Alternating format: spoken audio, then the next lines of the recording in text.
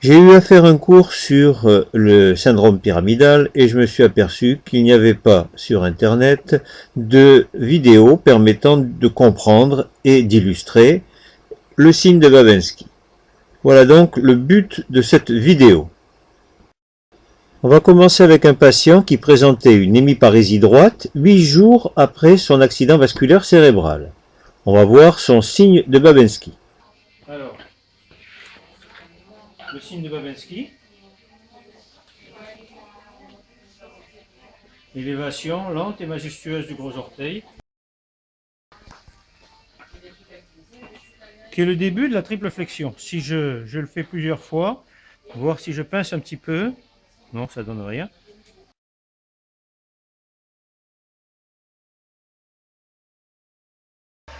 Nous allons voir maintenant une deuxième patiente qui présentait un syndrome pyramidal avec signe de Babinski dans le cadre d'une sclérose en plaques. On voit surtout la spasticité des extenseurs. Vous voyez ?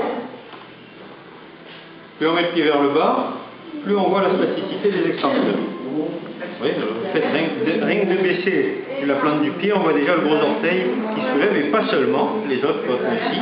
Et ça porte sur l'extension de la première phalange, c'est-à-dire sur le long extenseur. Il y a aussi des courts muscles intrinsèques interosseux et lombricaux.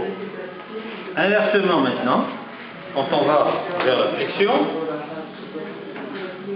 voilà, là ici, avec flexion dorsale, et bien là, j'ai les orteils, j'ai la spasticité des fléchisseurs des orteils qu'on voit très bien. C'est de la spasticité parce qu'on peut y tirer quand même.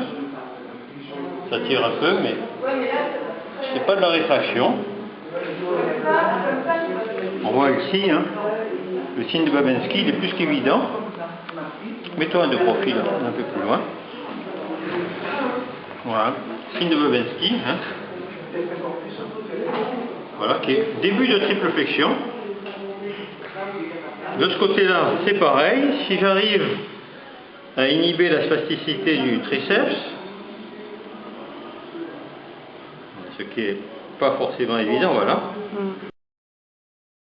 Dans cette position-là, c'est mieux. On arrive mieux à inhiber la spasticité du triceps. Et là, par contre, on s'aperçoit qu'il y a quand même de la spasticité aussi sur les fléchisseurs qui apparaît.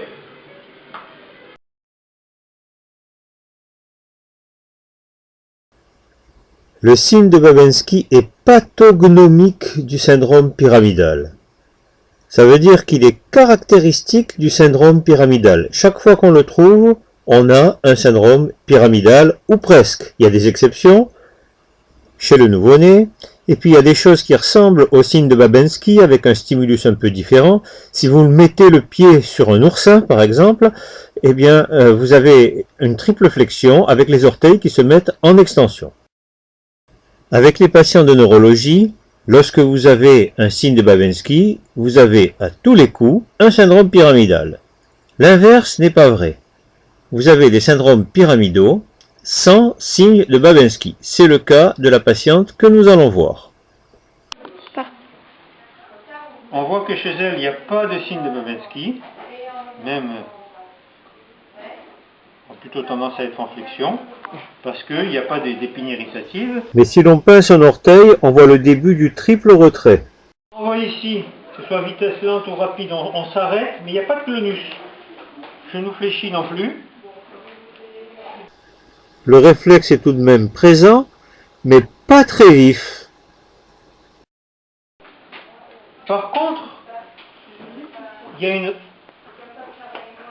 un tonus du triceps qui est tel qu'il faut que je force vraiment beaucoup avec le poids du corps pour arriver à quelques degrés de flexion dorsale.